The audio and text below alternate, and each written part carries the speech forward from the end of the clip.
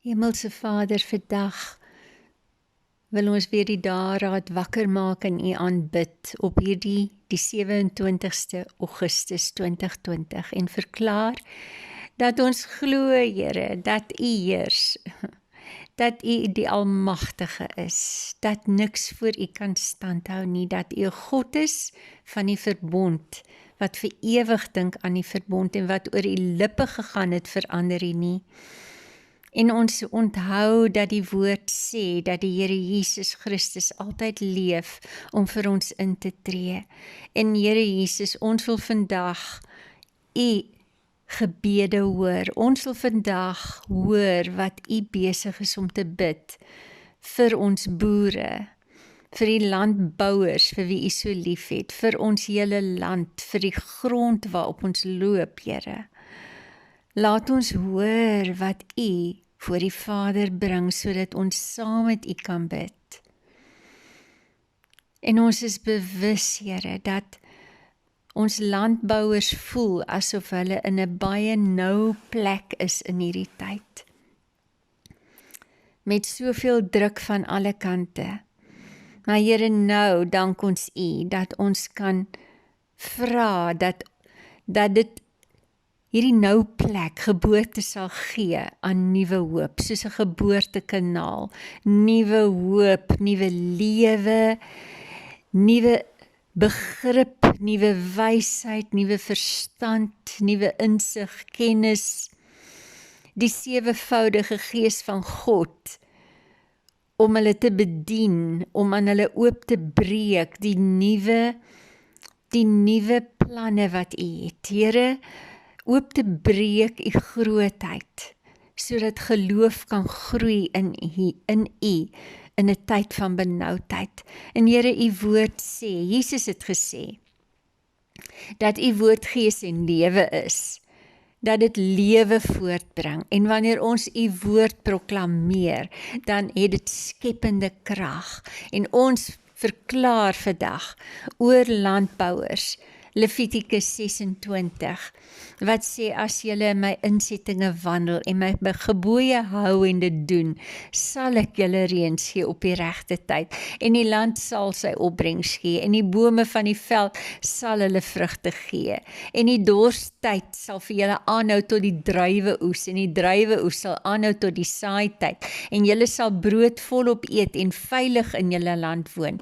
Ook sal ek vrede gee in die land, sodat julle sal lê en rus sonder dat iemand julle skrik maak. Here, ons dankie dat dit waar is. Ons bid dat ons landbouers sal gaan lê en rus en nie sal skrik nie. En selfs, Here, en U woord sê, en ek sal die wilde diere uit die land laat verdwyn. Die vyand wat rondloop soos 'n brullende leeu. En dankie, Here, U laat hom verdwyn. En geen swaard sal deur julle land trek nie. En julle sal julle vyande agtervolg, en hulle sal val voor julle deur die swaard. Here, U woord sê dat ons die vyand oorwin het, dat ons die swaard van die Gees het, om te veg teen die vyand. Ons weet ons worstelstryd is nie teen vlees en bloed nie, maar teen die owerhede en die magte, teen die een wat wil kom steel, slag en verwoes, en wat mense wil gebruik vir sy doeleindes. En ons verklaar dat 5 van julle sal 100 agtervolg, en 100 van julle sal 10.000 agtervolg, en julle vyande sal voor julle val deur die swaard, en ek sal my na julle wend en julle vrugbaar maak, en julle vermenigvuldig, en my verbond sal ek met julle bevestig.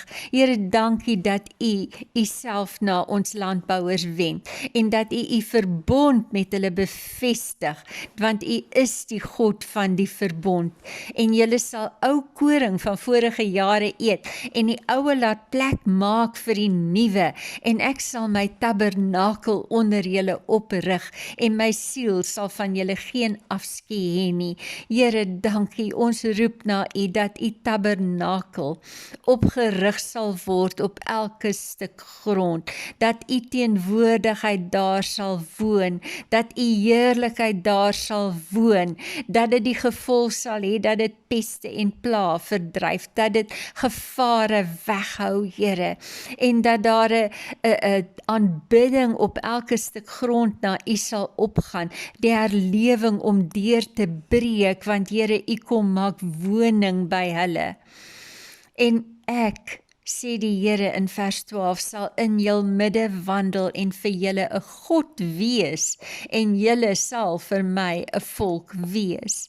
Here, ons dankie vir hierdie belofte en ons roep na U, dat dit in vervulling sal gaan, Here, op elke stuk grond, in die lewe van elke persoon, in ons hele land, Here, dat U welkom sal wees om in ons midde te wandel en dat U 'n God sal wees, die een wat heers, die een wat bepaal, die een wat bestuur, die een wat regeer, die een wat 'n vader is, die een wat bymekaar maak, die een wat liefhet, die een wat vertroos, die een wat die skaduwee is aan die regterkant. En dat ons U volk sal wees, Here.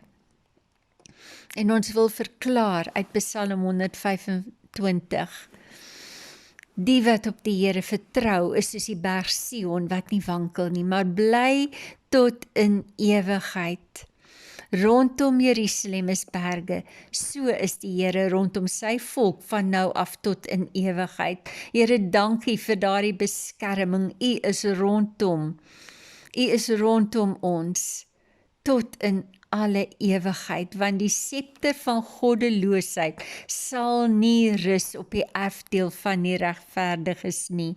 Here, dankie, ons verklaar dit, die scepter van goddeloosheid sal nie rus nie, dit sal nie nes maak en nes skrop nie, dit sal nie daar kan bly nie, dit sal nie op die erfdeel van die regverdiges heers nie, dit sal nie regeer op die erfdeel nie, maar U scepter, Here, U scepter sal regeer, want ons vra dat U scepter sal regeer op die erfdeel wat U toebedeel het in hierdie land.